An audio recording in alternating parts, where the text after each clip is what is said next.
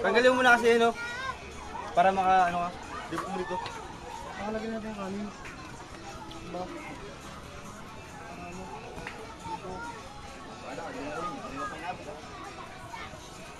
Nasa pula dito. Makay patang na. Balik ka rin mo. Nilalangaw na oh. Best friend. Best friend. May nakain lang ako. Seryoso.